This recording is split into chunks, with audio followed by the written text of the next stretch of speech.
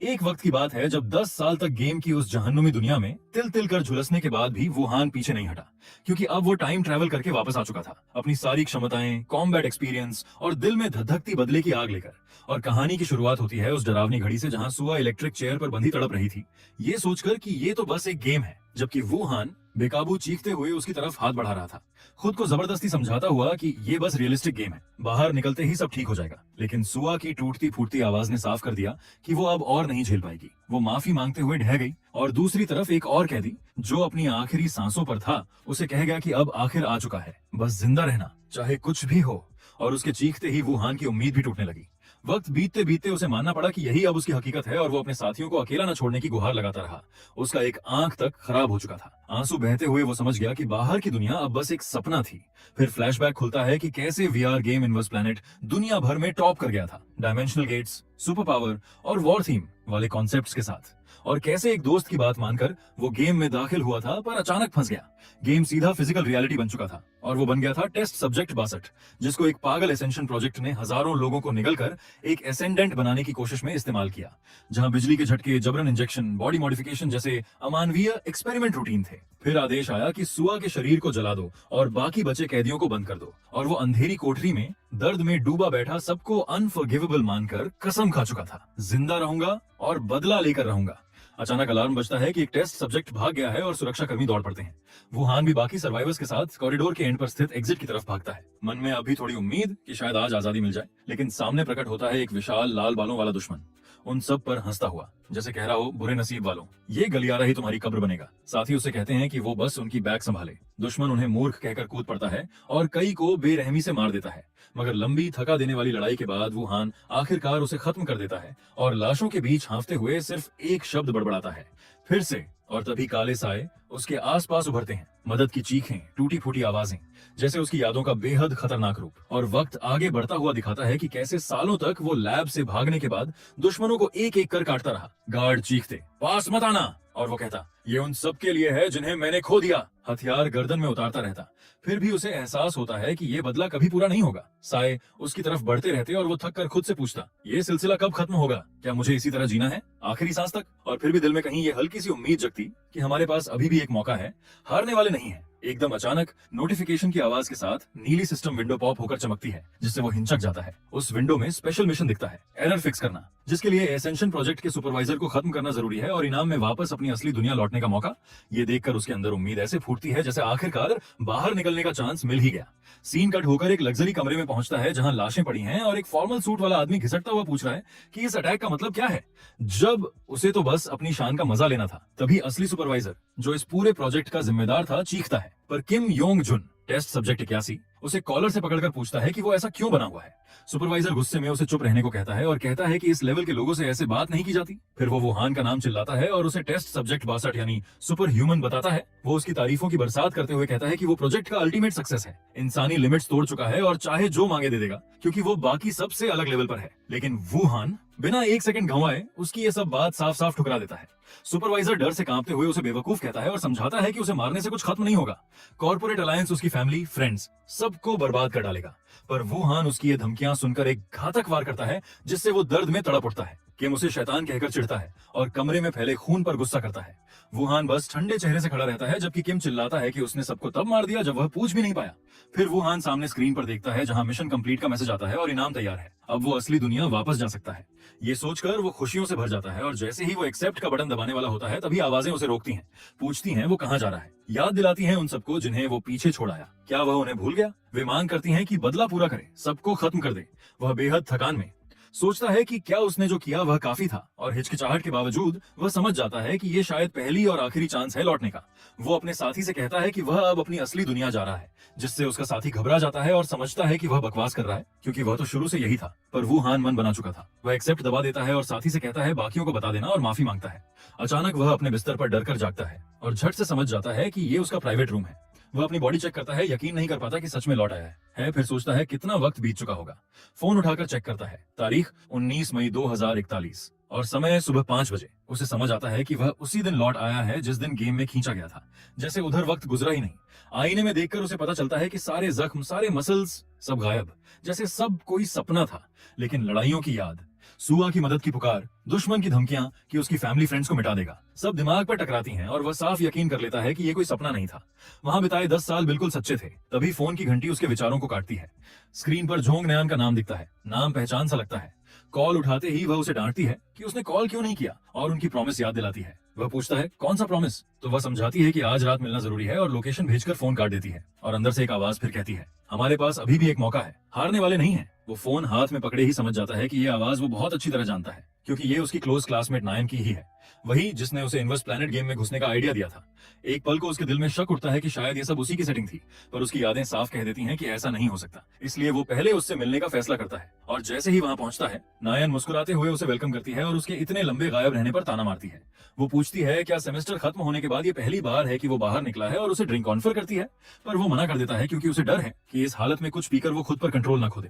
वो खाना ग्रिल करते हुए पूछती है क्या उसने गेम ट्राई किया जैसा उसने पहले कहा था, तो वो बताता है कि उसने बस कैरेक्टर डिजाइन किया और इंट्रो देखा और फिर सीधा अंदर खींच लिया गया। ये सुनकर वो सरकास्टिक हंसी हंसती है कि इस तरह तो उसने गेम खेला ही नहीं। उसके अंदर गुस्सा उबलने लगता है क्योंकि उसके रिकमेंड करने की वजह से उसने नरक जैसे 10 साल झेले थे। वो मुट्ठी कस लेता है और नायन याद दिलाती है कि उसने उसके लाइव स्ट्रीम पर रेगुलर आने का वादा किया था। उसका फिजिक दिखाती है कि अगर वो कैमरे पर आता तो उसके चैनल पर धूम मच जाती। तभी उसे एहसास होता है कि वो उसे गेम में सिर्फ अपने स्ट्रीमर चैनल के फायदे के लिए धकेल रही थी, और उसे शक होता है कि क्या उसने सच में ऐसा कोई वादा किया था। पर फिर भी ये मुलाकात उसे ये मानने पर मजबूर करती है कि शायद वो सच में अपनी असली दुनिया में ही वापस आ चुका है। रात को वो अपने कंप्यूटर पर बैठकर गेम के डेवलपर को ढूंढता है और पता चलता है कंपनी का नाम प्लैनेट अर्थ है, जो अमेरिका के सिलिकॉन वैली में है। ये देखकर उसका दिल थोड़ा बैठ जाता है क्योंकि हेडक्वार्टर जाने से भी कुछ नहीं बदलेगा। वो उन्हें बताएगा कि उनके गेम ने उसे दूसरी दुनिया में गिरा दिया तो वो उसे पागल ही समझेंगे। वो गेम को दोबारा खोलने में हिचकिचाता है क्योंकि अंदर कौन सा खतरा, कौन सी अनजान चीज छुपी है, ये कोई नहीं जानता। और वो स्क्रीन के सामने आह भरते हुए सोचता है कि आखिर वह कर क्या रहा है। वो सोचता है कि उसे खुश होना चाहिए था कि वह उस नरक से बच गया, मगर वह खुद को यह कहकर समझाता है कि बस अब ये दुनिया ही उसकी सच्चाई है और उसे दूसरी दुनिया को भूल जाना चाहिए। स्कूल की नॉर्मल लाइफ में ढलने की कोशिश करता है, लेकिन उसी वक्त कोई उसके कंधे पर मजाक में धक्का देता है। दोस्त उसे बाहर चलने को कहता है। वह माहौल में घुलने की कोशिश करता है ताकि बीती बातों को पीछे छोड़ सके, लेकिन मन के भीतर शक लगातार यह पूछता रहता है कि ये लौटना सच में असलियत है या नहीं। तभी उसके अतीत का एक भूत जैसे उसे कसकर पकड़ लेता है और उसकी सोच में घुसकर पूछता है क्या ये सच में रियलिटी है। वह झट से पीछे मुड़कर देखता है कि आखिर दिमाग में ये बोल कौन रहा है। समय बीतते बीतते चीजें अजीब होने लगती हैं। मतिभ्रम उसे पीछा करते हुए कहानियां चीखते हैं, बदला, खून, विनाश। कहते हैं कि वो इस शांत दुनिया का हिस्सा नहीं। एकदम अचानक वो हॉल की टेबल पर जोर से हाथ मारता है और चारों ओर बैठे लोग डरकर खड़े हो जाते हैं। समझ ही नहीं पाते कि वो ऐसा क्यों कर रहा है। वुहान भारी सांसों के साथ खड़ा है जब उसका एक साथी उसका नाम लेकर पूछता है कि वो ठीक है या नहीं, और उसके कंधे पर हाथ रखता है। पर उसी पल वो उसे दुश्मन की तरह देखता है, जैसे वो उस पर हमला करने वाला हो। उसे लगता है जैसे उसके हाथ में छुरा है और वो अपने दोस्त पर वार करने ही वाला था कि तभी उसका साथी दहशत में पूछता है तू क्या कर रहा है। तभी उसे होश आता है और वो माफी मांगता है कहकर कि वो बस डर गया था। उसका साथी बताता है कि लोग उसकी अजीब हरकतों से बेचैन होने लगे हैं। वो अकेला बेंच पर बैठ जाता है और उसके अतीत के साए उसे घेर लेते हैं। मत भूल, बदला ले, सारे खत्म कर। और वो उनसे हाथ जोड़कर कहता है कि उसे छोड़ दो, बस चुप हो जाओ। पर आवाजें और तेज होती जाती हैं। तभी नायन उसका नाम चिल्लाकर उसे इन हेलुसिनेशन से खींचती है और घबराई हुई पूछती है कि उसका चेहरा इतना फीका क्यों है और वह इतना खोया हुआ क्यों रहता है, जैसे उसके अंदर का तूफान बाहर फटने वाला हो। वो हल्की सी मुस्कान बनाकर जैसे सब नॉर्मल हो नायन से कहता है कि वो बिल्कुल ठीक है और उसे टेंशन लेने की जरूरत नहीं। तो नायन बड़े बहन वाले अंदाज में कहती है कि अगर कुछ भी हो तो वो हमेशा मदद करेगी, और वो उसकी ये बात चुपचाप स्वीकार कर लेता है। नायन जाने लगती है और उसे थोड़ा मोटिवेट करके जाती है, लेकिन उसी पल उसे दिल के सबसे गहरे हिस्से में एहसास होता है कि ये साए, ये भूत, ये सब उसी के साथ इस दुनिया में लौटे हैं। और अब वो पूरी तरह यकीन कर लेता है कि ये सिलसिला तब तक खत्म नहीं होगा जब तक उन रूहों की तड़प शांत नहीं होती। और अगर हालात ऐसे ही चलते रहे तो ये दुनिया भी उसी नरक जैसी हो जाएगी जहां से वो भाग कर आया था। इसलिए वह फैसला करता है कि इस बार सब खत्म करने के इरादे से वापस लौटेगा और कैप्सूल में दाखिल हो जाता है। पूरा दृढ़ होकर लॉग इन करता है और इनवर्स प्लैनेट का वेलकम मैसेज खुलते ही उसे फिर वही जानी पहचानी जगह दिखती है। हैरानी में उसे समझ आता है कि वह फिर से उसी लैब वालों के वेटिंग रूम में लौट आया है। ऐसा लौट आया है यानी गेम की दुनिया में दोबारा दाखिल हो गया है। वो उलझन में सोचता है कि इतनी मजबूत इच्छा रखने के बावजूद वो उस असली वाली जहन्नुम में क्यों नहीं लौट पाया। क्या कोई और कंडीशन है जो उसने पूरा नहीं किया। तभी एक विंडो खुलती है जो उसके कैरेक्टर की अपीयरेंस कंफर्म करने को कहती है।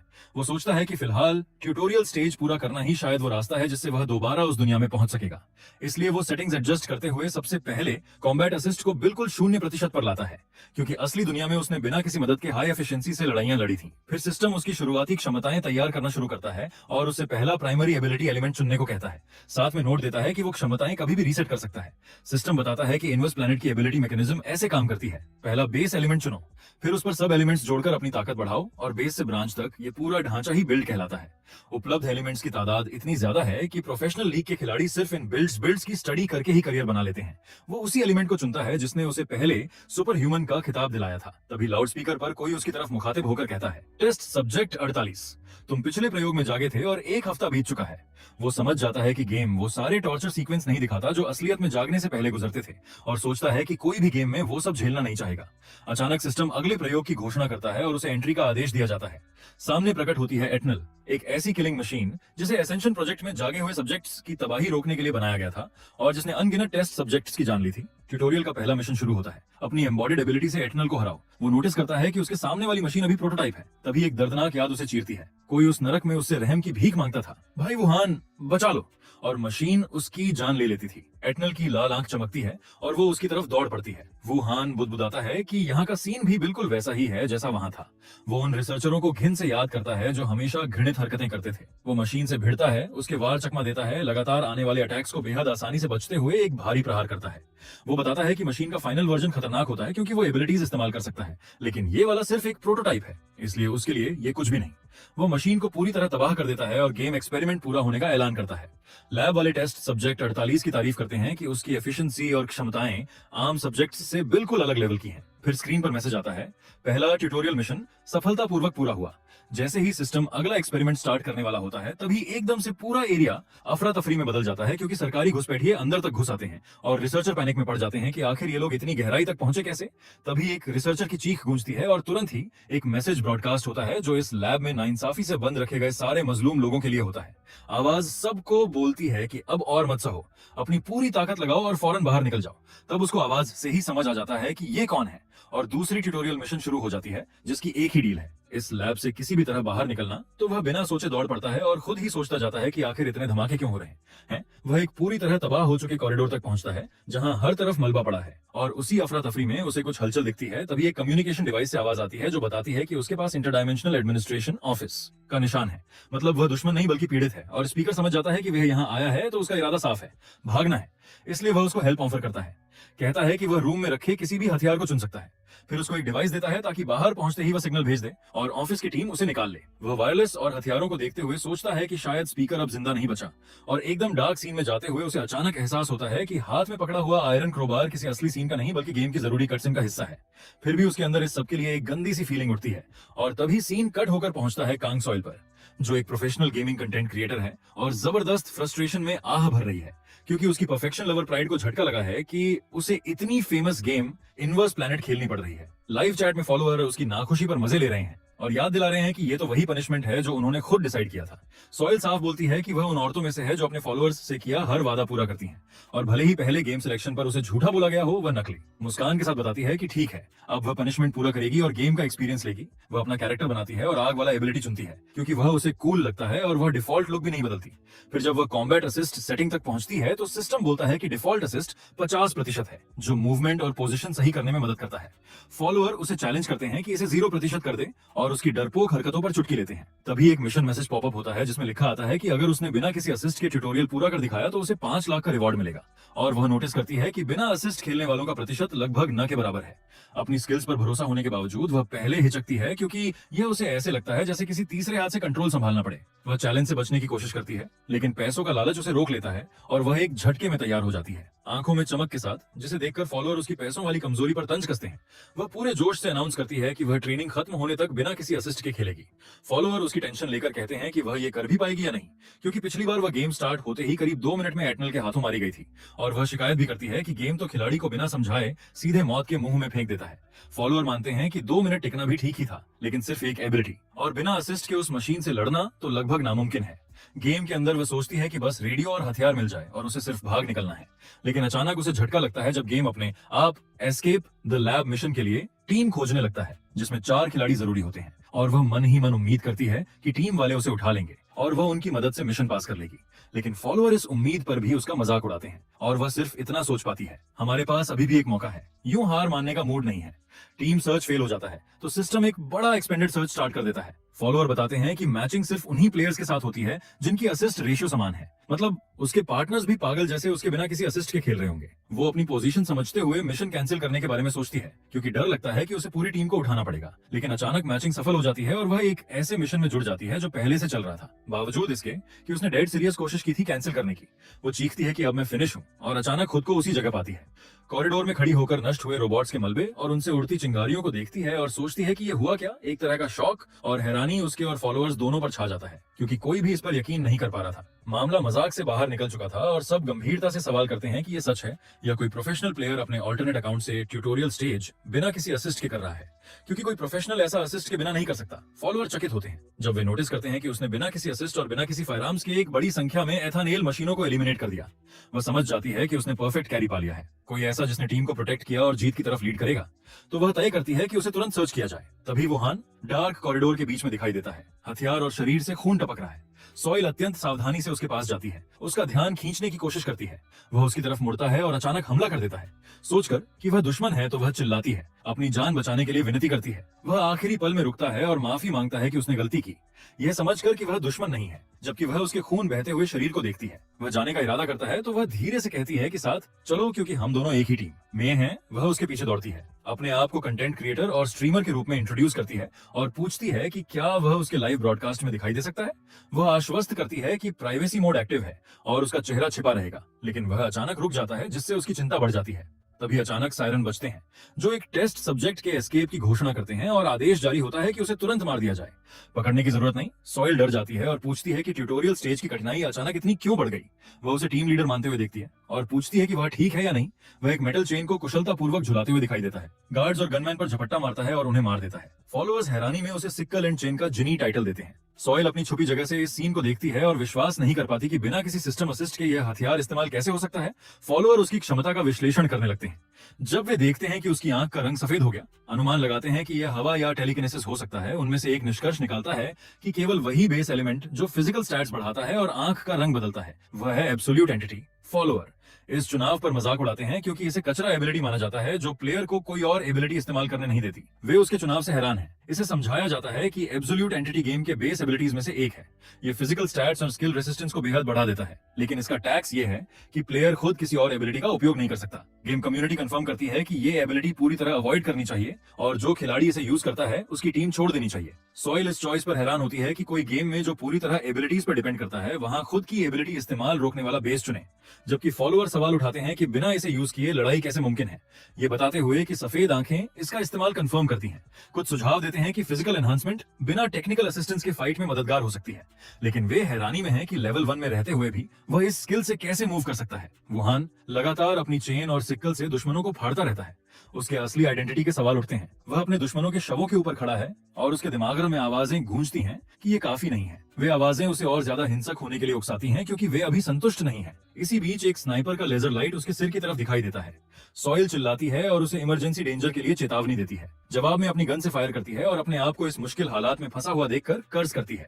उसकी गोलियां टारगेट को लगती हैं और दुश्मन धुएं और उड़ती चिंगारियों के बीच गिर जाता है। वह जमीन पर बैठकर सांस पकड़ती है और लाइव स्ट्रीम में फॉलोअर उसके कमेंट्स करते हैं। कुछ उसकी कूल नसों की तारीफ करते हैं और कुछ उसे किल स्टीलिंग के लिए दोष देते हैं क्योंकि वह केवल फिनिशिंग ब्लो देती है जब वुहान दुश्मनों को थका देता है।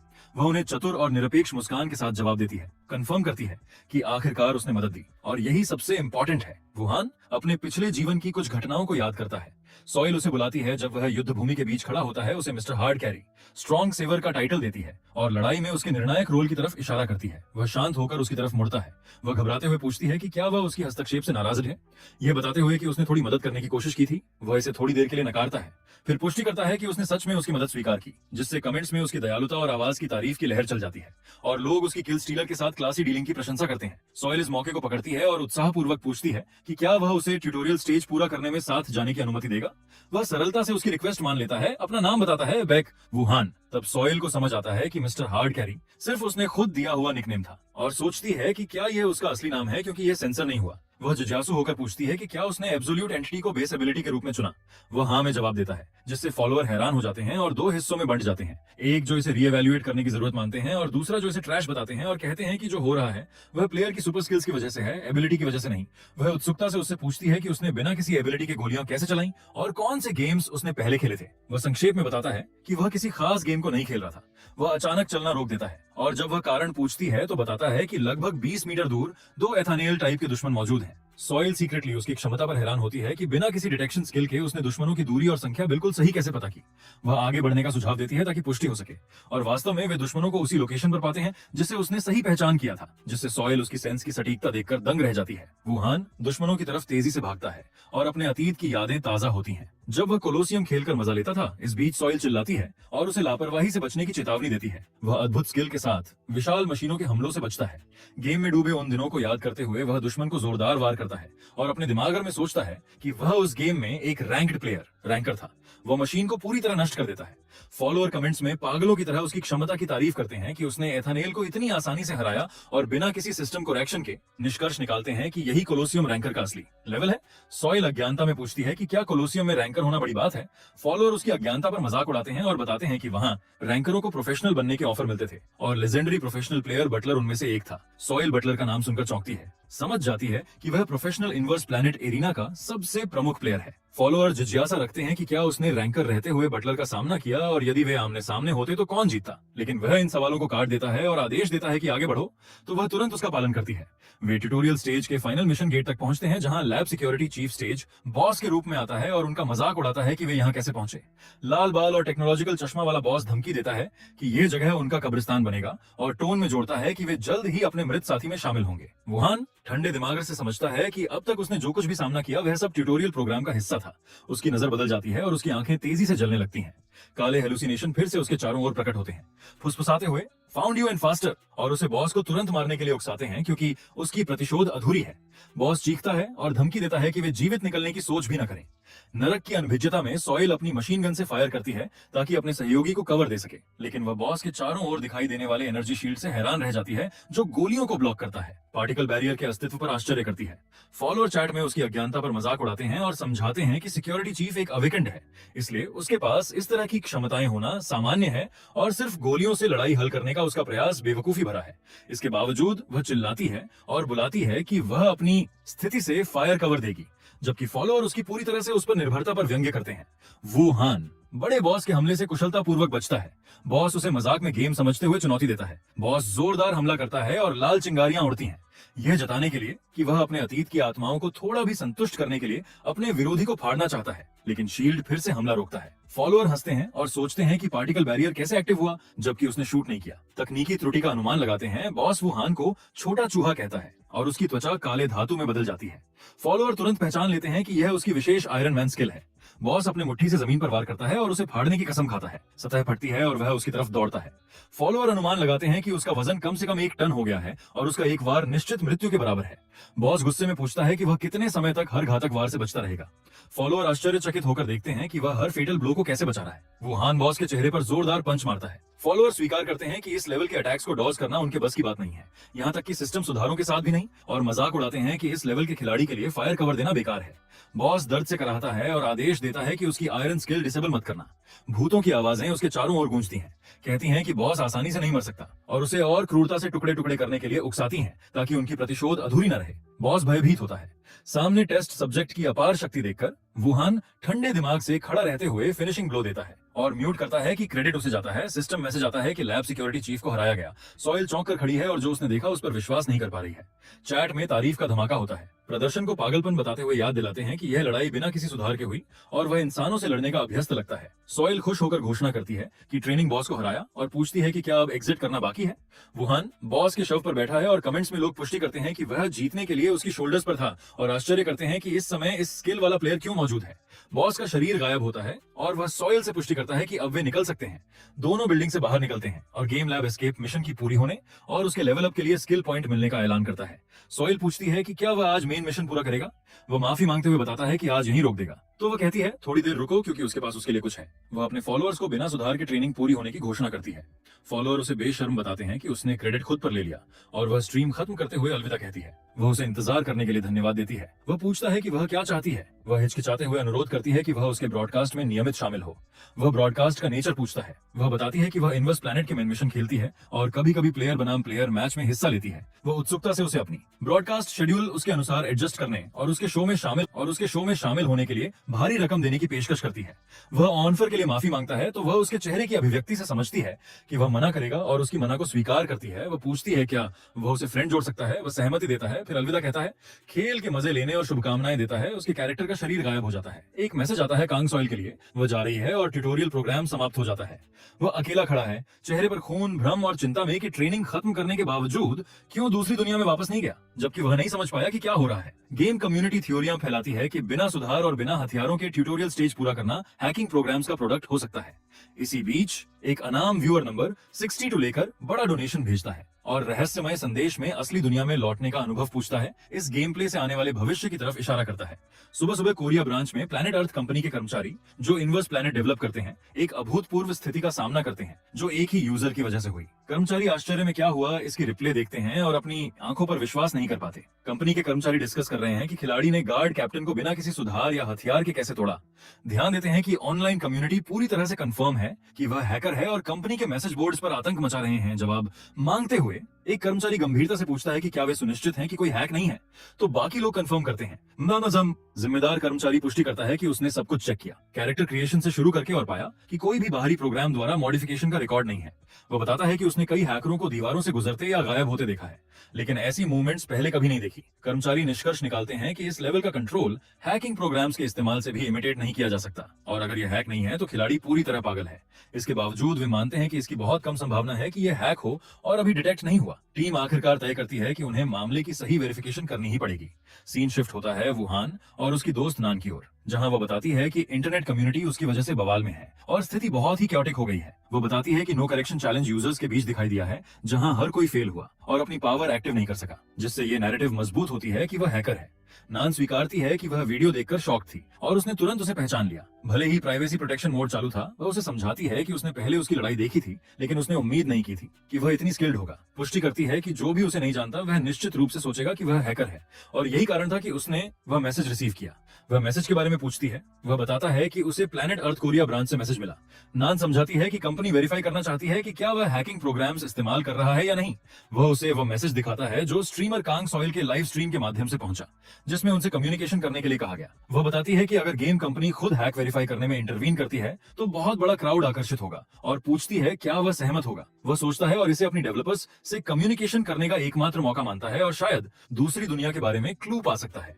अगर कोई हाई रैंकिंग पर्सन सामने आता है, वह अपनी दोस्त को बताता है कि उसने पहले की हिचकिचाहट के बावजूद ऐसा करने का फैसला किया, तो वह उसकी डिसीजन की तारीफ करती है। वह उसे सलाह देती है कि अगर वह खेल जारी रखना चाहता है तो अपना नाम क्लियर करना जरूरी है ताकि कोई उसे हैकर न बोले, लेकिन वह असहमति दिखाता है, नोट करते हुए कि कोई उसे पहचान नहीं पाएगा क्योंकि उसका चेहरा नहीं दिखा। नान तर्क करती है कि उसका फाइटिंग स्टाइल इतना यूनिक है कि वह नाम बदलने पर भी जाना जाएगा, और पेशेवरों में भी कोई उसके जैसे अजीब स्किल्स से नहीं लड़ता। वह समझाती है कि आजकल प्रोफेशनल्स की आइडेंटिटी उनके फाइटिंग हैबिट्स से सामने आ जाती है। फोरम डिस्कशंस का हवाला देते हुए जो प्लेयर्स की मूवमेंट्स को प्रिसाइजली एनालाइज करते हैं, वह राहत महसूस करती है कि उसने सहमति दी, वरना स्ट्रीमर को बहुत नफरत झेलनी पड़ती। वह सोचता है कि इस पर उसकी दिलचस्पी का कारण क्या है, क्योंकि उस स्ट्रीमर का उससे कोई लेना देना नहीं है। तो वह उसे बेवकूफ कहती है और समझाती है कि हैकिंग मुद्दे से गुस्साए क्राउड को इसकी परवाह नहीं है। वह जोड़ती है कि वे शुरुआत में उसे दोष देंगे, लेकिन जल्दी ही उनके तीर स्ट्रीमर की तरफ चले जाएंगे। वह स्थिति समझता है और हतोत्साहित होकर कहता है कि इस केस में उसे सहमत होना ही पड़ेगा। सॉइल को उससे मैसेज मिलता है कि उसने सहमति दी, तो वह खुशी से कूदती है और विश्वास नहीं कर पाती। वह उम्मीद करती है कि इस हंगामे से व्यूअर नंबर में जबरदस्त इजाफा होगा और ग्राफिक्स दिखाई देता है जो संभावित वृद्धि दिखाता है। सॉइल बेसब्री से उस ऐतिहासिक सीन का इंतजार कर रही थी जो गेम इनवर्स प्लैनेट में पहले कभी नहीं हुआ था। वह लाइव स्ट्रीम का ऐलान करती है ताकि लोगों के बीच उसके हैकिंग इस्तेमाल के विवाद की सच्चाई सामने आ सके। 4 दिन बाद वुहान गेम के अंदर नए आउटफिट में खड़ा होता है ब्रॉडकास्ट की तैयारी में। सॉइल उसे गर्मजोशी से वेलकम करती है जब वे मिलते हैं। वह खुद में नोटिस करता है कि उसने उस पर शक नहीं किया, भले ही उसने उसके मूव्स को पास से देखा हो, और वह मानती है कि लोगों द्वारा दिया गया सबूत कमजोर है। वह जोड़ती है कि उसने उस पर शक नहीं किया क्योंकि उसकी क्रेजी किलर लुक्स ने हैकिंग का आइडिया उसके दिमाग से दूर कर दिया। इसे बस इंट्यूशन मानकर जस्टिफाई करती है, जिसे वह चुपचाप स्वीकार करता है। वह कहती है कि अगर वह रेडी है तो ब्रॉडकास्ट शुरू कर दे, तो वह सहमति देता है। वह ब्रॉडकास्ट खोलती है और लंबे समय से इंतजार कर रहे बड़े ऑडियंस का स्वागत करती है, जबकि कंफ्लिक्टिंग कमेंट्स आते हैं। क्लियरिफिकेशन मांगते हुए, हैकिंग का आरोप लगाते हुए और मजाक उड़ाते हुए वह हैरान रहती है कि शुरू होते ही व्यूअर्स की संख्या 10,000 तक पहुंच जाती है। वह अपने गेस्ट वुहान को फिर से इंट्रोडक्ट करती है। वह अपना नाम बताता है तो कमेंट्स में हमला और मजाक शुरू हो जाता है। उसे पोलाइटली नहीं रहने पर वह धमकी देती है कि चैट बंद कर देगी। वह उसे पूछती है कि विवाद पर उसका क्या विचार है। वह ठंडे अंदाज में जवाब देता है कि उसे मामला हास्यास्पद लगता है, जिससे कमेंटर्स उसकी एरोगेंस का मजाक उड़ाते हैं। एक फॉलोअर पूछता है कि कैसे क्लेरिफाई करें, तो वह जवाब देती है कि उन्होंने वेरिफिकेशन के लिए एक स्पेशल गेस्ट को बुलाया है। एक आदमी फॉर्मल सूट में मीटिंग एरिना में आता है। वह अपने आप को पार्क जिम ह्यून बताता है। कोरिया ब्रांच के प्लेनेट अर्थ कंपनी के पहले ऑपरेशंस टीम लीडर और उसके सिर के ऊपर जीएम का टाइटल है, जिससे फॉलोअर्स हैरान हो जाते हैं और स्थिति की गंभीरता समझते हैं। वुहान महसूस करता है कि यह व्यक्ति हाई ऑफिशियल है और शायद दूसरी दुनिया के बारे में कुछ जानता है। वह उससे पूछने का फैसला करता है। वेरिफिकेशन खत्म होने के बाद ऑफिशियल सॉइल और उसे अटेंड करने के लिए थैंक्स करता है। ऑफिशियल अंदर से नोटिस करता है कि वह बाहरी रूप से सामान्य दिखता है। ऑफिशियल उन्हें वेरिफिकेशन एरिया में जाने के लिए कहता है। वे एक पर्सनल एडवांस्ड ट्रेनिंग रूम पहुंचते हैं जो उसने दूसरी दुनिया में पहले नहीं देखा था। ऑफिशियल समझाता है कि वेरिफिकेशन कई बैटल्स को मॉनिटर करके किया जाएगा ताकि कोई बाहरी मदद न हो। वह प्रक्रियाओं से सहमत हो जाता है, लड़ने के लिए रेडी हो जाता है। एक विशाल ट्रेनिंग रोबोट आता है और फॉलोअर्स इसे मीडियम वर्जन ऑफ एथेनेल के रूप में पहचानते हैं। सोचते हैं कि क्या वह अपनी वर्तमान क्षमताओं से इसे हरा सकता है। बैटल टाइप चुना जाता है। मीडियम रोबोट के खिलाफ लड़ाई टू द डेथ। सॉइल चिंतित दिखती है, जबकि वह उसे भरोसा करने के लिए कहता है। वह हंसते हुए स्थिति का मजाक उड़ाता है कि वे टू द डेथ लड़ेंगे। ऑफिशियल हैरान रह जाता है जब वह देखता है कि वह अपने स्थान से गायब हो गया। वह रोबोट की ओर भागता है और उसे टुकड़ों में तोड़ने लगता है, जबकि ऑफिशियल उसे एंगेजमेंट के नियम समझाने की कोशिश कर रहा होता है। फॉलोअर्स चैट में हैरान होकर सोचते हैं कि क्या वह अब अपने हाथों से मीडियम लेवल एथेनल को क्रश कर रहा है। यह रोबोट अपनी टफनेस के लिए जाना जाता है, भले ही हैमर से लड़ाई हो, जबकि अन्य रोबोट के लिए डर और सहानुभूति व्यक्त करते हैं। इस हिंसक सीन में वह रोबोट का सिर भी बेरहमी से तोड़ देता है, तो सिस्टम मैसेज आता है कि कोई बाहरी प्रोग्राम हस्तक्षेप नहीं पाया गया। ऑफिशियल सोचता है कि वह पागल है, फिर भी अंदर से पुष्टि करता है कि जो वह देख रहा है वह किसी भी तरह हैक नहीं हो सकता। वह जमीन पर पैर पटकता है और टेस्ट खत्म होने की घोषणा करता है। ऑफिशियल पार्क घोषणा करता है कि पिछली लड़ाई में बाहरी प्रोग्राम का कोई उपयोग नहीं पाया गया, लेकिन अंतिम निर्णय के लिए वेरिफिकेशन विंडो बहुत छोटी थी। पार्क उससे कहता है कि वह उनकी बताई हुई खास स्टाइल में लड़ाई करे, और वह बिना सोचे फट से मान भी जाता है। फॉलोअर्स समझ जाते हैं कि यह तरीका बस ये पकड़ने के लिए है कि कहीं वह ऑटो फाइटिंग वाला चीट तो नहीं चला रहा, क्योंकि ऑटो फाइट सॉफ्टवेयर प्लेयर की अपनी मुर्गी वाली स्टाइल को हूबहू कॉपी ही नहीं कर सकता। इसलिए पहले से विनिंग मेथड तय कर देना ही साफ सबूत बन जाता है कि हैकिंग नहीं है। अफसर उसका शुक्रिया करता है और इस बार उसे सिर्फ चेन सिकल से 3 मीडियम लेवल ट्रेनिंग रोबोट के सिर उड़ाने को कहता है। वह मिशन अच्छे से समझ जाता है, पर अफसर मन ही मन सोच रहा होता है कि ये क्या चल रहा है भगवान। ये कंडीशन तो प्लेयर के लिए बहुत ही नेगेटिव होनी चाहिए थी, लेकिन उसे जरा भी डर नहीं दिखता। हारने की फील तो बिल्कुल नहीं। बैटल बिजली जैसी स्पीड से शुरू होती है। वह सिकल को इतनी चालाकी से चलाता है कि देखकर होश उड़ जाएं। मिशन पूरा करके वह मलबे के बीच खड़ा है और सॉइल खुशी से चिल्लाती है कि उसे पहले जो लगा था वह कोई भ्रम नहीं था। वह फॉलोअर्स को दिखाती है कि चेन तो ऐसे घूम रही थी जैसे जिंदा हो। फॉलोअर्स दंग रह जाते हैं। कोई बोलता है कि सिकल खुद ही टूटी हुई ओवर पावर चीज लग रही है, तो दूसरा बोलता है कि हथियार नहीं, बंदा खुद टूटा फूटा ओपी है, क्योंकि चेन सिकल आमतौर पर तो बस नजदीक जाकर चुभाने के लिए इस्तेमाल होती है। अफसर पूरी तरह हक्का बक्का रह जाता है और मानता है कि इस लेवल की कंट्रोल तो हैक से भी कॉपी नहीं हो सकती। अगर वह हैकर नहीं है तो फिर बंदा पूरी तरह पागल है। लेकिन उसकी जिज्ञासा और भड़क जाती है और एक गेम मैनेजर होने के नाते वह सोचता है कि क्या वो हून सच में सिर्फ एक बेस एलिमेंट के साथ एडवांस्ड ट्रेनिंग रोबोट को टक्कर दे सकता है। अफसर लालच में आखिरी टेस्ट करने का फैसला करता है और एरिना में एक नया विशाल और डरावना रोबोट उतार दिया जाता है। फॉलोअर्स सदमे में आ जाते हैं कि यह क्या खून खराबे वाला लेवल निकाल दिया। अगर वह जीत गया तो उसे नेशनल काउंसिल की तरफ से हैकर लेवल इंसान का आधिकारिक टैग मिल जाएगा। नया robot advanced training robot late version एथल के नाम से इंट्रो होता है। वो और एथल एक दूसरे को देखते हैं और रोबोट के चेहरे पर उभरती व डरावनी स्माइल उसकी नसों में आग लगा देती है। भिड़ंत शुरू होते ही एथल एक जबरदस्त हमला करता है जिसे वह बड़ी मुश्किल से चूकता है। लड़ाई बेहद हिंसक हो जाती है और उसकी डॉजिंग स्किल तो एकदम लेजेंडरी लगती है। उसे साफ समझ आ जाता है कि यह विरोधी मीडियम लेवल रोबोट से बिल्कुल अलग लीग में है और अब एक ही वॉर उसकी मौत के लिए काफी है। ऊपर से रोबोट की बॉडी इतनी टफ है कि उसकी मार का कोई असर ही नहीं, लेकिन वह ठान लेता है कि हिट मारता ही रहेगा जब तक एक बार सफल न हो जाए। फॉलोअर्स डर और दीवानगी दोनों मोड़ पर होते हैं। कहते हैं कि एक बार काफी है उसे उड़ा देने के लिए, लेकिन वह मानने को तैयार नहीं। ये तो पूरी पागलपंती है। अफसर मानता है कि उसने कभी सोचा ही नहीं था कि वह सिर्फ एक बेस एलिमेंट के साथ इतने एडवांस्ड रोबोट को सामने से भिड़कर संभाल लेगा। शुरुआत में वह पूरा लूजर लग रहा था, लेकिन अब देखो वह धीरे धीरे एथल को डोमिनेट करने लगा है। आखिरकार वह एक कुचल देने वाला वार मारता है और रोबोट टूटकर बिखर जाता है। अफसर को समझ आ जाता है कि अब देखने लायक कुछ नहीं बचा और उनकी डेटा वेरिफिकेशन पूरी होते ही रोबोट एरिना से खींच लिया जाता है। ये बात वह पल भर में समझ जाता है। सोहेल ने अफसर से सीधे पूछ लिया कि वेरिफिकेशन का रिजल्ट क्या निकला, और अफसर ने बिना घुमाए फिराए साफ कह दिया कि कोई भी बाहरी प्रोग्राम नहीं चला। जो कुछ हुआ वह किसी तरह की इलेक्ट्रॉनिक हैकिंग नहीं थी। बस इतना सुनते ही गेम कम्युनिटी पागल हो गई। कुछ लोग चिल्ला रहे थे कि भला यह हैक कैसे नहीं हो सकता, तो कुछ लोग प्रशासन की ऑफिशियल स्टेटमेंट के बाद बोल रहे थे कि पूरा इल्जाम ही फेक था और ऊपर से चीटिंग वाला पोस्ट भी डिलीट कर दिया गया। सोहेल ने अपने फॉलोअर्स को जीत वाले टोन में याद दिलाया कि कि उसने पहले ही कहा था कि कोई चीट नहीं है, और अब स्केप्टिक लोग ऑफिशियल स्टेटमेंट का जवाब भी नहीं दे पा रहे। ट्रोल्स तो वैसे भी चुपके से पीछे हट गए। कुछ लोगों ने उसके जोश पर ध्यान दिया और उसे फिजिकल फिटनेस मॉन्स्टर का निकनेम दे दिया, जो इतना स्ट्रांग है कि खुद हैक जैसा लगता है। और ये बात उसे सीक्रेटली बहुत पसंद आई। चैट में बहुत तरह की बातें चल रही थी, लेकिन सॉयल ने दोबारा सबको क्लियर कर दिया कि वह चीट नहीं करता, बस उसकी बॉडी की एबिलिटी इतनी ओपी है कि देखकर चीट लगती है। फिर उसने अपने गेस्ट से आखिरी कमेंट पूछा और उसने इस पूरी एक्सपीरियंस को मजेदार बताया। अफसर ने उसका शुक्रिया अदा किया और सॉयल ने अपने फॉलोअर्स को अलविदा कहा, जो 1 लाख से भी ऊपर पहुंच चुके थे। कुछ लोग हैरान थे कि वह इस लेवल पर भी रिसोर्स फार्म करने की सोच रहा है, तो कुछ लोग स्ट्रीम के खत्म होने पर अफसोस जता रहे थे, क्योंकि यह पूरा एपिसोड सिर्फ उसका नाम साफ करने के लिए था, और फिर भी लेजेंडरी बन गया। स्ट्रीम खत्म होते ही सोहेल ने वू हियन और अफसर दोनों को शुक्रिया कहा और उसे अलग से धन्यवाद भी दिया। तो उसने हल्का सा झुककर कहा कि यह तो कोई बड़ी बात ही नहीं थी। अफसर उसकी सिंपल वाली बात पर हंस पड़ा और जाने लगा, लेकिन उसने उसे रोक लिया और बोला कि एक बात पूछनी है। अफसर रुक गया। उसने स्ट्रेट पूछ लिया कि क्या गेम में कभी ऐसा टेक्निकल एरर या बग देखा गया है जिसमें प्लेयर किसी ग्लिच की वजह से एग्जिट या एस्केप ही नहीं कर पाता। अफसर ने कहा कि उसने ऐसा कुछ कभी सुना तक नहीं। अगर ऐसा जानलेवा बग होता तो गेम कभी ग्लोबल नहीं बन पाता, और वो हियन ने यह जवाब समझते हुए मान भी लिया। इस बार अफसर सच में चला गया और सॉयल ने राहत की सांस ली कि यह टेंशन वाला माहौल आखिर खत्म हुआ। वो वुहियन की मेहनत की तारीफ करती है और कहती है कि वह स्ट्रीम के प्रॉफिट निकालकर उसे बताएगी। वो मना करता है कि उसे पैसे की जरूरत नहीं, पर फिर भी उसे संपर्क करने की इजाजत दे देता है। सॉयल मन में सोच रही थी कि उसे ऐसे जाने देना कंटेंट का सोना गंवाने जैसा है, पर वह उसे दोबारा स्ट्रीम पर बुलाने की हिम्मत नहीं जुटा पाई, क्योंकि आज की परमिशन सिर्फ उसका नाम साफ कराने के लिए थी। इसलिए वह बस अलविदा कहकर रह गई और बोली कि अगली बार संपर्क करेगी। वो हियन अकेला खड़ा रह गया, थोड़ा निराश कि उसे दूसरे संसार वाली जानकारी नहीं मिली। तभी झोंग नायन का मैसेज आया कि वह तुरंत उसे कॉम्बैट प्रिपरेशन रूम में मिले, क्योंकि उसने स्ट्रीम खत्म होने की खबर सुन ली थी। वह उसे बहुत ज्यादा जोश से मिलती है और पूछती है कि स्ट्रीम का अनुभव कैसा था, बताते हुए कि कम्युनिटी की रिएक्शन तो बिल्कुल फट चुकी है, पूरी तरह पागल मोड में है। वह बताता है कि उसे यह अनुभव बिल्कुल पसंद नहीं आया, क्योंकि खेलते खेलते चैट पर नजर रखना और बात करते रहना उसकी स्टाइल के बिल्कुल खिलाफ है।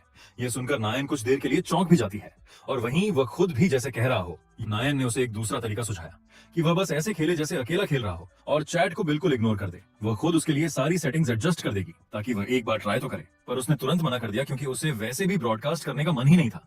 नायन ने हार नहीं मानी और बोली कि वह player versus player PVP try करे। फिर समझाया कि पीवीपी इस गेम का एक बड़ा पिलर है, ठीक उसी तरह जैसे प्लेयर वर्सेस एनवायरनमेंट पीवी, और यह सुनकर उसे लगा शायद इसी वजह से उसने उसे बुलाया है। नायन ने साफ कहा कि बिना पीवीपी ट्राई किए यूं ही गेम छोड़ना बिल्कुल गलत है। वह बहाना बनाने ही वाला था कि वह वैसे भी गेम खेलने का प्लान नहीं कर रहा, क्योंकि उसे लगता है यह गेम उसके टाइप का नहीं, खासकर तब जब दूसरे संसार में लौटने का मौका लगभग नामुमकिन लगता है। लेकिन नायन ने बीच में ही रोककर जोर से कहा कि पीवीपी गेम का असली दिल है और सिर्फ ट्रेनिंग देखकर फैसले मत लो। उसने उसका कहा सोचा और उसे एहसास हुआ कि स्टोरी मोड पीवी तो बिल्कुल उसी दुनिया जैसा है जिसमें वह जी चुका है, लेकिन पीवीपी में शायद कुछ ऐसा होगा जो उसने कभी देखा ही नहीं, शायद कोई नई दिशा, कोई नया सुराग। इसीलिए उसने एक्सपेरिमेंट मान लिया।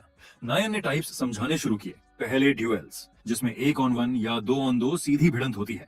फिर उसने स्ट्रगल मोड बताया, जहां खिलाड़ी 4 में से 1 मोड चुनते हैं, कंट्रोल, एस्कॉर्ट, कैप्चर या एक्सटर्मिनेशन, और 5 वर्सेस 5 की टीम लड़ाई होती है। आखिर में सर्वाइवल मोड बताया, जहां 100 खिलाड़ी अलग अलग फैलकर गियर इकट्ठा करते हैं और आखिरी बंदा या टीम जीतती है। पहली बार होने की वजह से नायन ने टीम मोड खेलने का सुझाव दिया और बोली कि वह उसके लिए एक बेस्ट बिल्ड भी सुझा देगी, क्योंकि पीवीपी में यह जरूरी है, पर उसने उसे रोकते हुए कहा कि इसकी कोई जरूरत नहीं, क्योंकि वह पहले से एक ऐसा बिल्ड अच्छी तरह जानता है, वही बिल्ड जिसने उसे दूसरे संसार में द सुपर ह्यूमन बनाया था। वो उन लॉग इन की तैयारी कर रहा था और नायन बोली कि वह तब तक रिकॉर्डिंग शुरू कर देगी।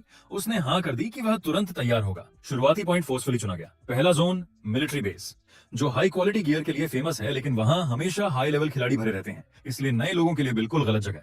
नायन ने उत्साह में उससे पीवीपी गेम प्ले रिकॉर्ड करने की इजाजत मांगी ताकि वह उसे यूट्यूब पर डाल सके। वह थोड़ा झुंझलाया और बोला शांत हो जाओ, फिर भी उसने मंजूरी दे दी। सोचता हुआ कि वह इतनी ओवर एक्साइट क्यों है। सिस्टम विंडो पॉप हुई। गेम शुरू होने में 60 सेकंड बचे हैं और मिलिट्री बेस कंफर्म हो चुका है। उसने लॉग इन कंफर्म कर दिया। नायन ने मजाकिया मिलिट्री सलामी मारकर कहा कि जिंदा बचे तो फिर मिलते हैं।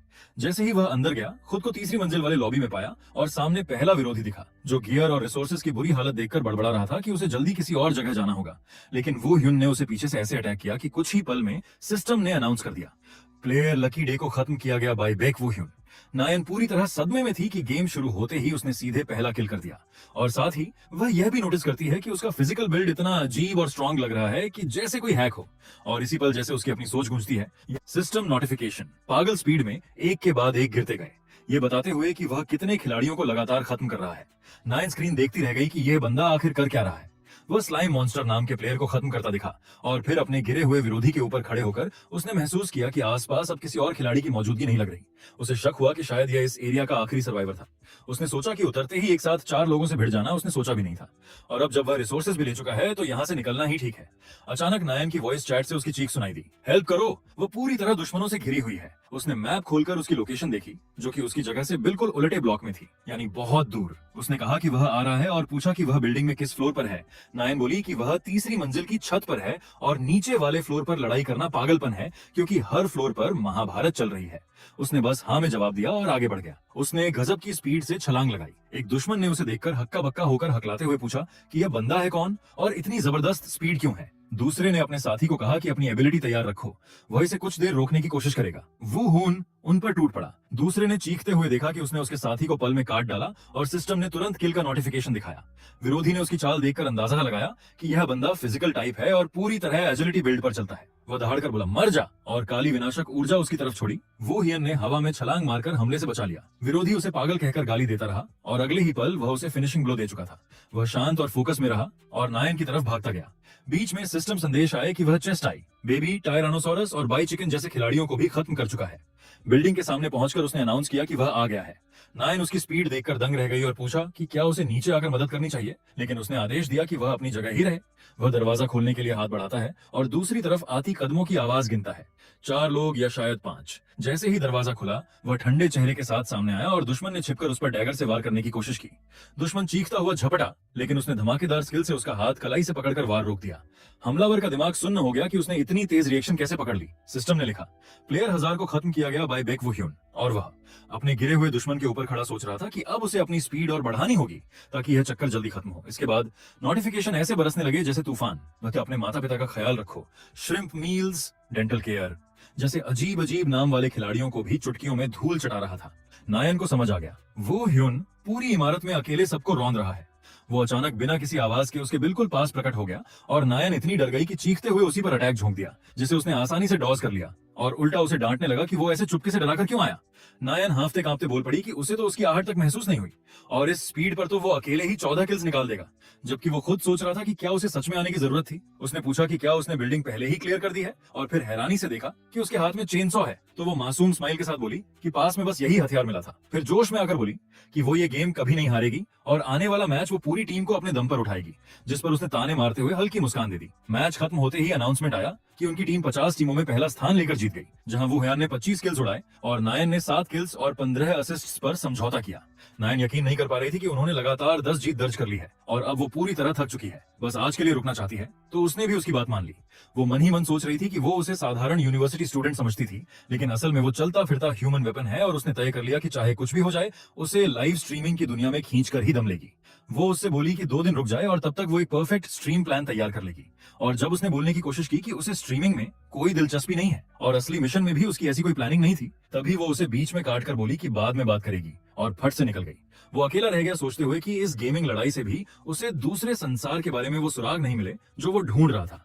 उधर रात में सोए अपने कमरे में बैठकर गेम कम्युनिटी फोरम देख रही थी, जहां हर जगह हैकिंग लार्ड की चर्चा हो रही थी और लोग कह रहे थे कि उसे प्रोफेशनल बनना ही चाहिए। वो स्ट्रीम का व्यू काउंट देखकर दंग रह गई, जो 1 लाख से ऊपर पहुंच चुका था। वो सोच रही थी कि क्या उसे अपने करियर में कभी ऐसा नंबर दोबारा देखने को मिलेगा। वो चाहती थी कि काश वो उसके साथ और स्ट्रीम कर पाती और खुद को कोस रही थी कि वो उसे रोक नहीं पाई। उसे याद आया कि उसने बार बार साफ इनकार किया था कि उसे स्ट्रीमिंग में दिलचस्पी नहीं है और वो खुद को दिलासा दे रही थी कि शायद उसका इनकार उतना कड़ा नहीं था, लेकिन अंत में मानना पड़ा कि वो शुरू से ही बहुत दृढ़ था। फिर उसने स्ट्रीम की कमाई देखी और रकम देखकर लगभग सदमे में चली गई।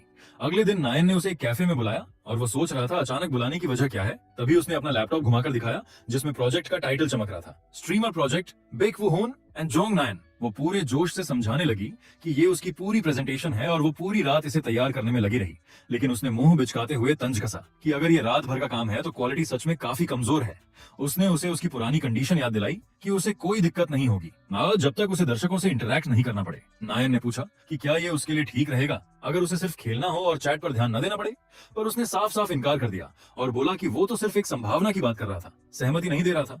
तभी नायन ने एक नया आइडिया रखा, रियलिटी ऑन ऑब्जर्वेशन फॉर्मेट जिससे वो स्ट्रीम कर सकते हैं बिना चैट में उलझे हुए। वो उसे समझाने लगी कि ये फॉर्मेट बिल्कुल उन वैरायटी रियलिटी शो जैसा है जहां पूरा स्टाफ स्टूडियो में बैठकर रिकॉर्डेड फुटेज देखता है और उसी पर रियल टाइम कमेंट करता है। और प्रेजेंटेशन के अंत में उसने सुझाव दिया कि गेम खेलने की पूरी जिम्मेदारी वो ले ले, जबकि इंटरेक्शन और कमेंट्री का पूरा काम वो संभाल लेगी।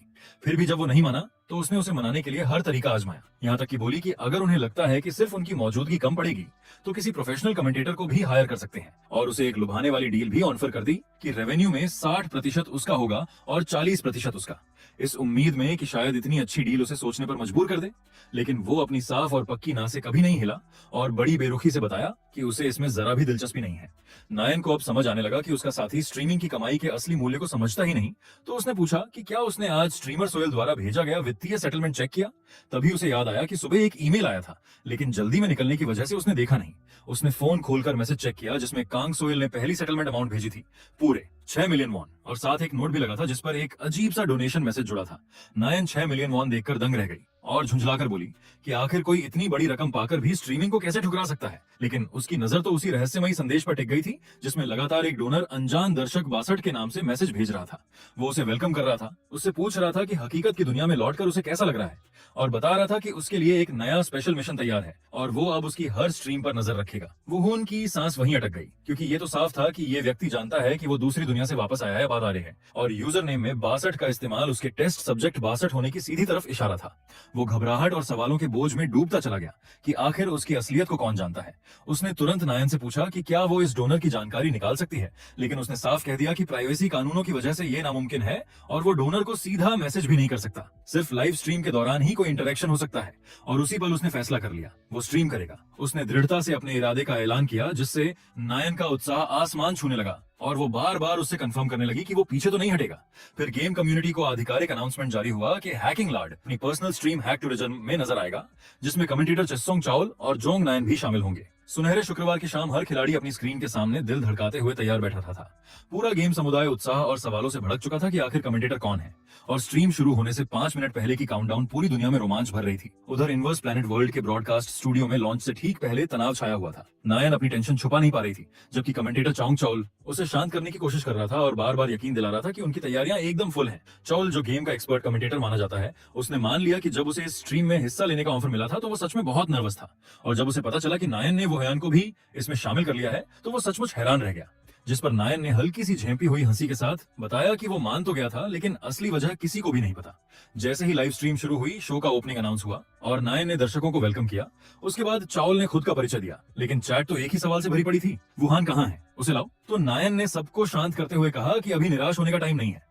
तभी वो हियान गेम स्क्रीन पर प्रकट हुआ और फॉलोअर्स खुशी से पागल हो गए कि ये क्लिकबेट नहीं है। नायन ने समझाया कि हैक टूर कंटेंट एक वैरायटी ऑब्जर्वेशन फॉर्मेट में चलेगा, जहां वो दोनों उसकी गेम प्ले पर रिएक्ट करेंगे और प्राइवेसी प्रोटेक्शन मोड भी एक्टिव है। फिर उसने दर्शकों से पूछा कि क्या वो तैयार हैं, और उनकी क्यूरियोसिटी बढ़ाकर उसने वो हियान को स्टार्ट सिग्नल भेजा।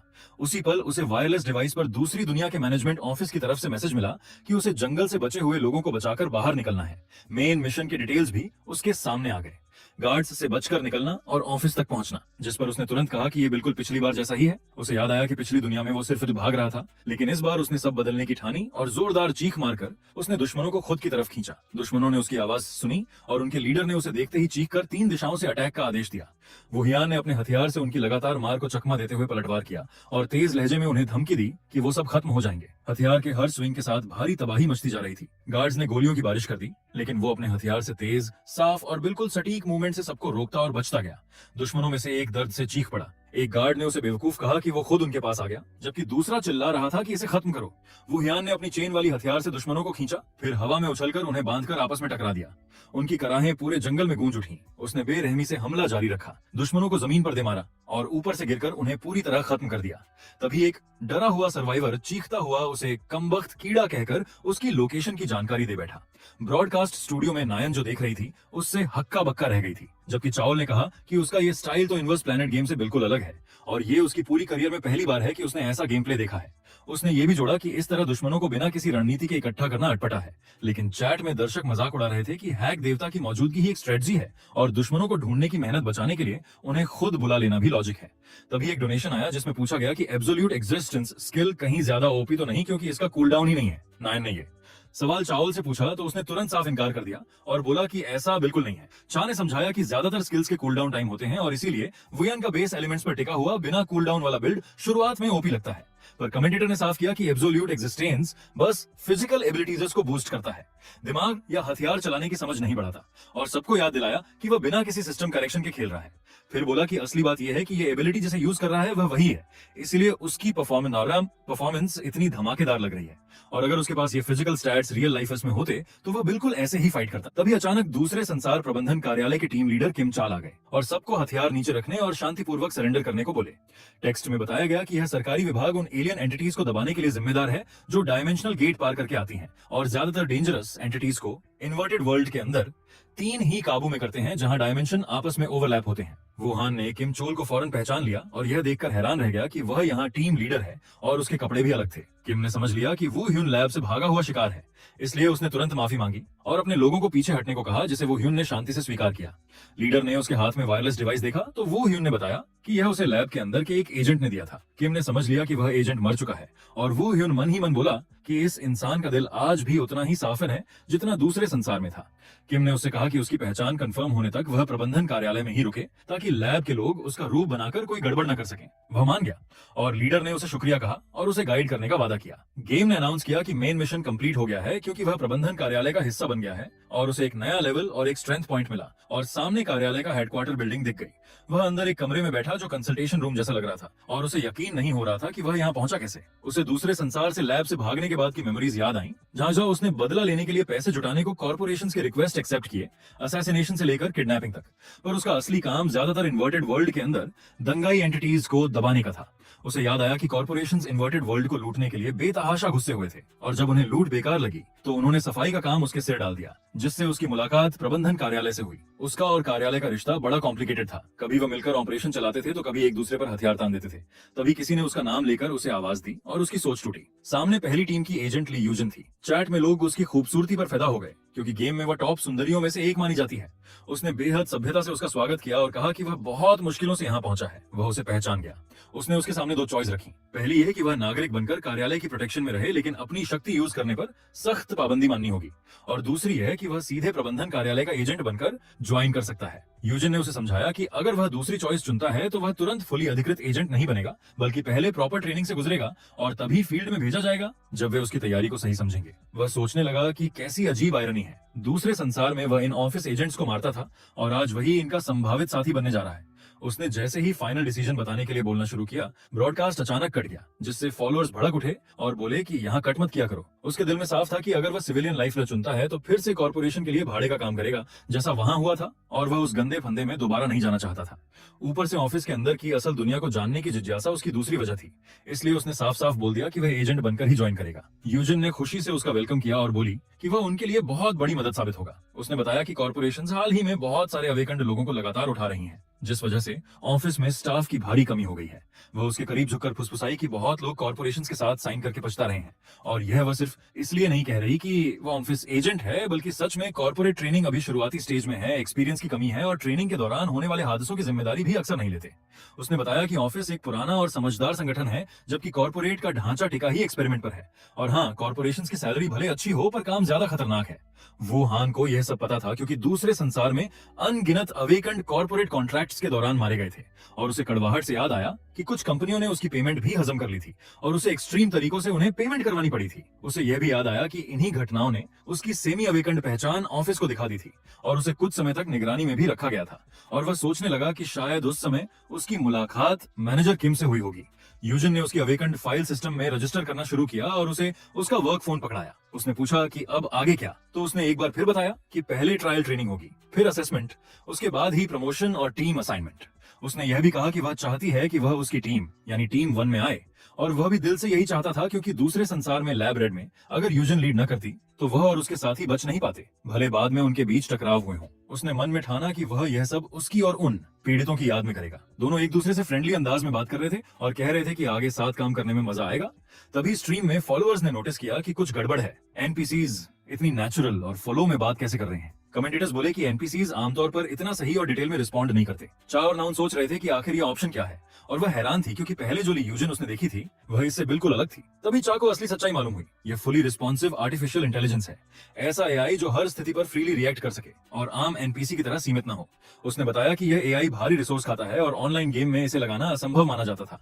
सोच रहा था कि शायद डेवलपर्स ने रिसोर्स की प्रॉब्लम सॉल्व कर ली है। चा ने नायोन की राय से नाइंसाफी करते हुए कहा कि यह जरूर एक हिडन ईस्टर एग है, वरना इसे ऐसे छुपाकर नहीं रखा जाता, और शायद इसे एक्टिव करने के लिए कुछ कंडीशंस होती होंगी। उसने अंदाजा लगाया कि न्यूनतम कंडीशन शायद ये होगी कि शुरुआत से ही जीरो एनहांसमेंट रेशियो पर खेलना पड़े, जो नॉर्मल प्लेयर और पे टू विन प्लेयर के बीच सबसे बड़ा फर्क है। नाउ ने स्ट्रीम को खत्म करते हुए बोला कि अब तो फोरम्स धुआं हो जाएंगे क्योंकि लोग इस पर पागलों की तरह चर्चाएं करेंगे, और चा तो इतना एक्साइटेड हो गया कि बोला आज तो नींद ही नहीं आएगी। वह कंपनी की ऑफिशियल अनाउंसमेंट का वेट करते करते ही जाग जाएगा। ब्रॉडकास्ट रूम में नाउन ने कहा कि जो भी गेम की स्टोरी को दिल से फॉलो करता है वह इस पूरे सीन को सुपर इंटरेस्टिंग पाएगा, और उसने इशारा किया कि शायद आगे वह किसी बड़े गेस्ट को इनवाइट भी कर सकती है। फिर उसने कमेंटेटर चा को देखते हुए थोड़ा दुख के साथ बोला कि आज जितना स्टोरी प्रोग्रेस तय हुआ था वह यहीं खत्म होता है, और उसने ऑडियंस से कहा कि अगली स्ट्रीम तक वेट करें ताकि आगे की कहानी मिल सके, और अब ट्रांजिशन पीवीपी कंटेंट की तरफ होगा। भले ऑडियंस ने खूब विरोध किया। उधर वो ह्यून बैटल प्रिपरेशन रूम में दिखा और नोटिस किया कि अनोनिमस व्यूअर 62 अभी तक दिखाई नहीं दिया। पहले उसने नाउन से रिक्वेस्ट की थी कि अगर वह व्यूअर कोई कमेंट या डोनेशन करे तो तुरंत बताना, क्योंकि उसे बाकी सबसे ज्यादा उसी की फिक्र थी। नाउन ने हाँ कहा, और चूंकि उस तरफ से कोई सिग्नल नहीं आया था, वो ह्यून ने स्ट्रीम जारी रखने का फैसला कर लिया। उसने एक मैसेज भेजकर बताया कि वह तैयार है, और नाउन ने पीवीपी सेगमेंट शुरू होने की अनाउंसमेंट कर दी। चा ने कहा कि यह पहली बार है जब हैकर प्लेयर ऑफिशियली मैच खेलने उतरेगा, और वह भी नॉर्मल लीग से शुरुआत होगी। इनवर्स प्लैनेट का रैंकिंग सिस्टम, जिसमें कुल 8 रैंक हैं, दोबारा बताया गया। नॉर्मल लीग में 10 मैच जीतकर ही ब्रॉन्ज रैंक मिलता है।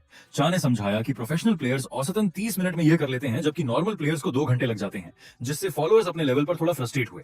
तभी अचानक एक नया मिशन मैसेज आया, जिसमें वू ह्यून से कहा गया कि वह 30 मिनट के अंदर ब्रॉन्ज रैंक हासिल करे और इनाम में 5 लाख एक का फाइनेंशियल रिवॉर्ड मिलेगा, जिससे नाउन दंग रह गई। उसने अपने साथी को मैसेज करके बोला कि मिशन सीधे सीधे माइंड ब्लोइंग है, और पूछा कि क्या वह सच में आधे घंटे में 10 मैच जीत सकता है।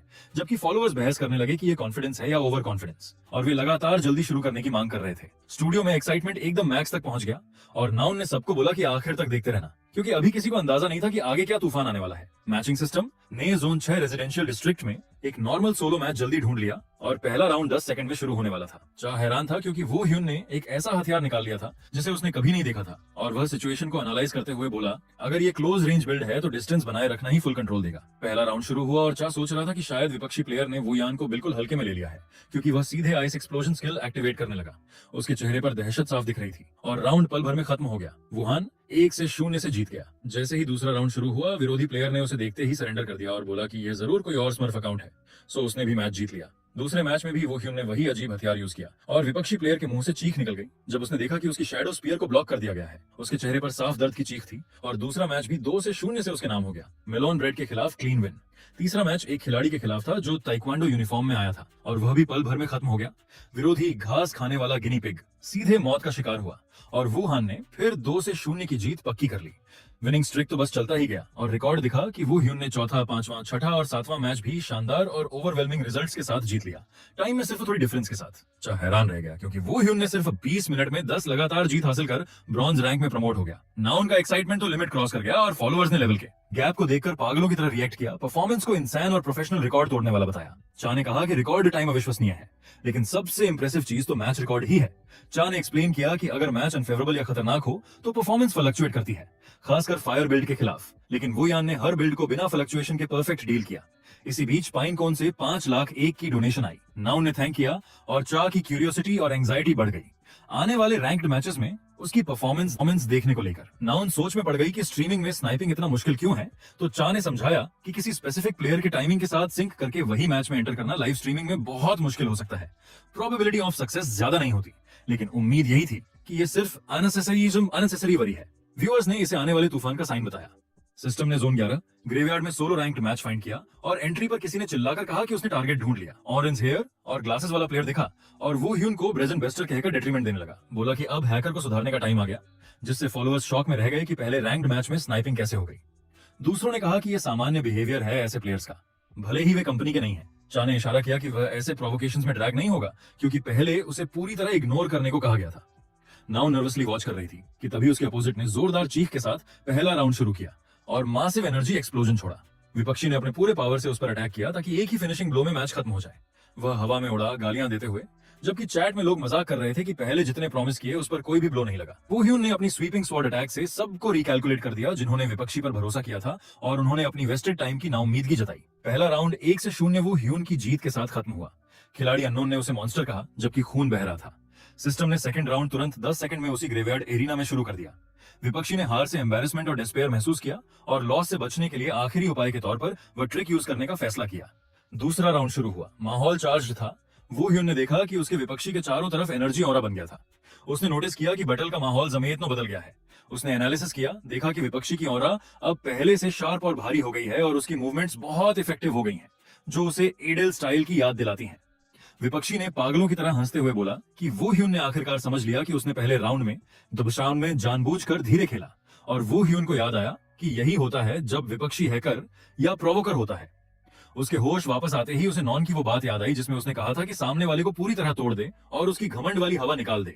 और जैसे ही उसकी वाइब बदली, सामने वाला बंदा भी सहम तो गया, पर खुद को दिलासा देता रहा कि उसके पास इतना ओपी फायदा है कि डरने की कोई जरूरत नहीं।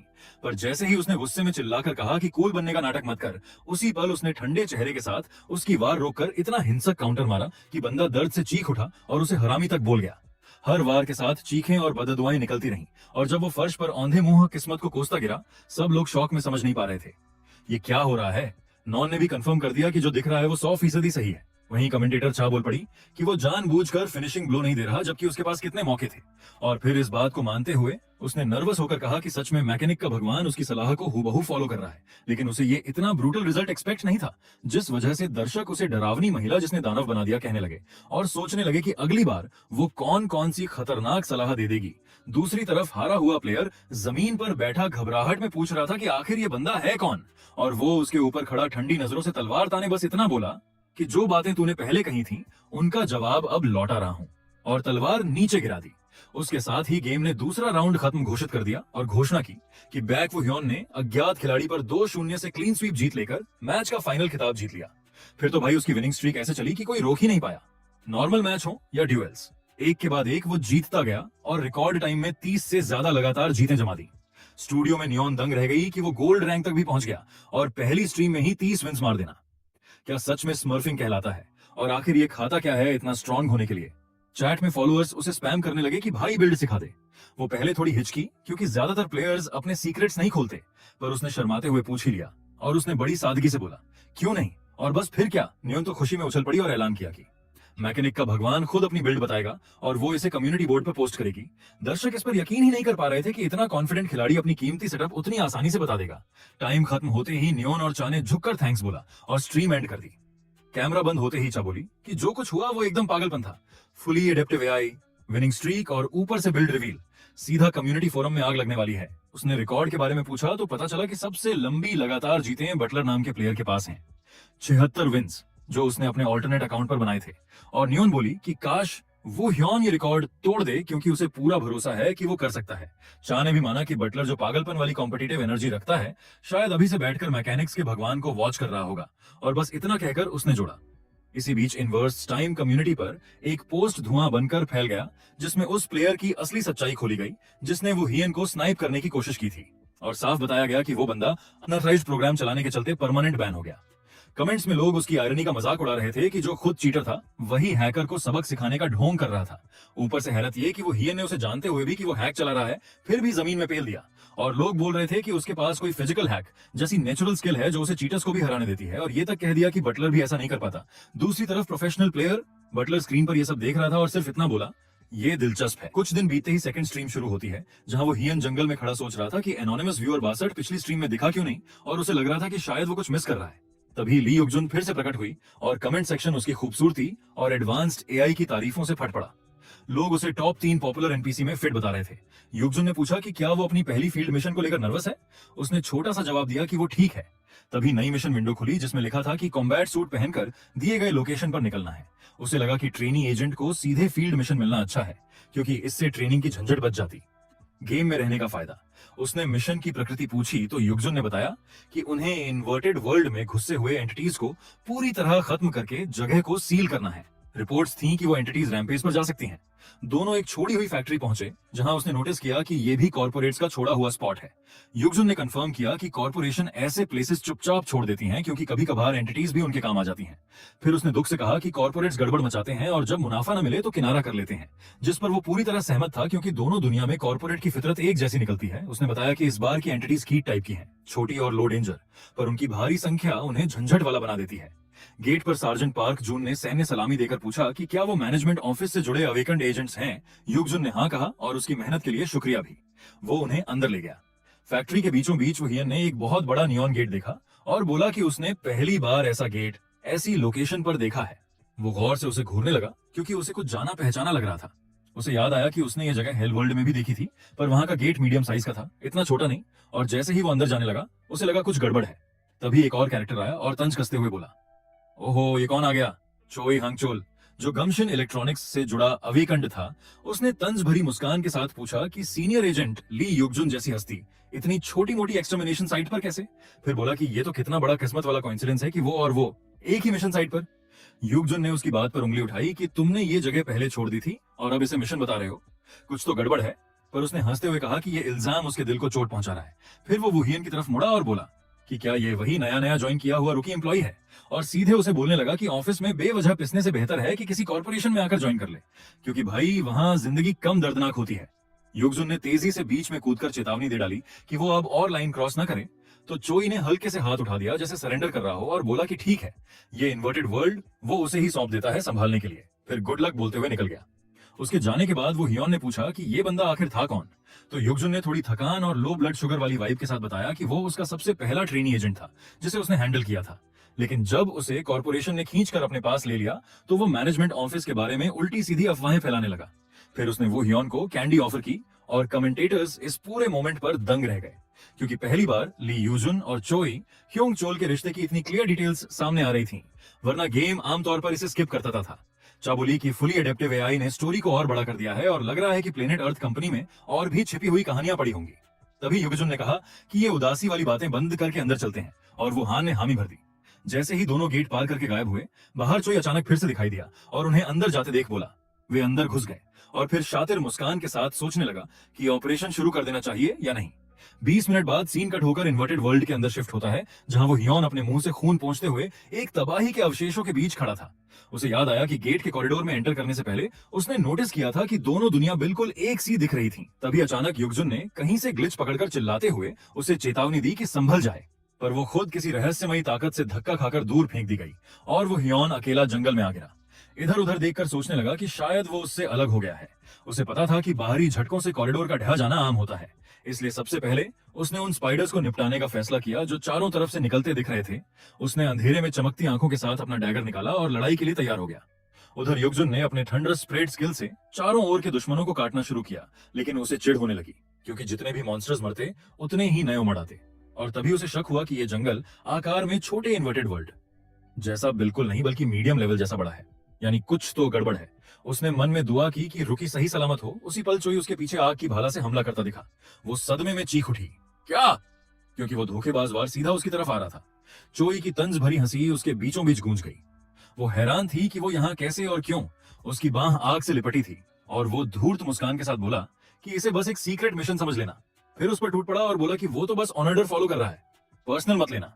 युगजुन ने उसकी बात को बकवास कहा, लेकिन साथ ही महसूस किया कि उसका घाव बहुत गहरा है।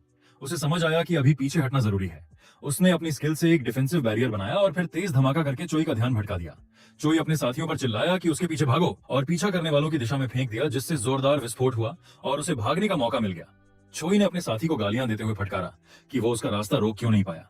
सिपाही आपस में एक दूसरे को कोसने लगे कि युगजुन कैसे हाथ से निकल गई और उनका लीडर गुर्राकर बोला कि आगे की पूरी एरिया अभी तुरंत छान मारी जाए। युगजुन 100 पैर वाले कीड़े के बिल में छुपकर हांफते हुए खुद से कह रही थी कि अगर ये बिल न मिलता तो वो बहुत बड़ी मुसीबत में फंस जाती, और सोच रही थी कि कॉर्पोरेशन आखिर कैसी साजिश बन रही है। उधर फॉलोअर्स देख रहे थे कि वो हियोन एक एक वारर में दुश्मनों को धड़ाम कर रहा है और दर्जनों को साफ कर चुका है। तभी उसे अचानक युगजुन की मौजूदगी महसूस हुई और उसे समझ आया कि उसके साथ कुछ बहुत बुरा हुआ है। उसे उसकी आवाज साफ सुनाई दी और लड़ाई के निशान दिखे, तो वो बिजली जैसी रफ्तार से जंगल चीरता हुआ भागा और देखा कि एक विशाल सेंटीपीड कीड़ा बेबस युगजुन को लपेटे खा रहा है।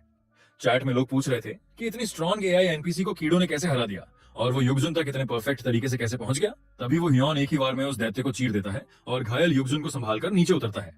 उसकी हालत पूछता है तो वो उसे मुश्किल से पहचान पाती है। वो ह्योन तुरंत सिचुएशन एनालाइज कर लेता है कि उसकी लेवल की एजेंट को ऐसे कीड़ों से हराया नहीं जा सकता और ये घाव किसी स्पेशल एबिलिटी का नतीजा है। उसे पक्का यकीन हो जाता है कि इस हालात में सिर्फ एक ही अवेकंड ये कर सकता है। वो सीधा पूछता है, क्या करने वाला चोई ह्योंगचोल ही है? और युगजुन हाँ में जवाब देती है। उसे तुरंत समझ आता है कि वो दोनों के अंदर घुसते ही चोई भी पीछे से घुस गया था। स्टूडियो में नॉन और चा दोनों हैरान थे, क्योंकि चोई की एंट्री आमतौर पर कॉर्पोरेशन स्टोरी लाइन में बहुत बाद में होती है। अभी होना बहुत ही संदिग्ध और अजीब था। दोनों सोच रहे थे कि ये पूरी तिकड़म फुली एडेप्टिव एआई का असर है जो छिपी हुई कहानी निकाल रही है। कैमरा वापस युगजुन पर शिफ्ट होता है, जहां वो बोलती है कि वो मुश्किल से चोई को भ्रमित कर पाई, लेकिन उसे डर है कि वो फिर से घात लगाने आएगा और उसकी स्किल इस्तेमाल करने से तुरंत उसकी लोकेशन पकड़ ली जाएगी। वो ह्योन उसे कहता है कि थोड़ी देर छुप जाए, जब तक वो उसके घाव ठीक करता है और जाकर हालात संभालता है। साथ ही कहता है कि वो पहले बाहर निकल जाए, लेकिन युगजुन ये सुनकर गुस्से और चिंता में भरी मना कर देती है कि चोई को अकेले फेस करना बेवकूफी है, क्योंकि चोई एक वेटन अवेकंड है और वो ह्योन जैसे रुकी के बस की बात नहीं। पर वो बिना घबराए कहता है कि सब ठीक रहेगा और उसके पास पूरा प्लान है।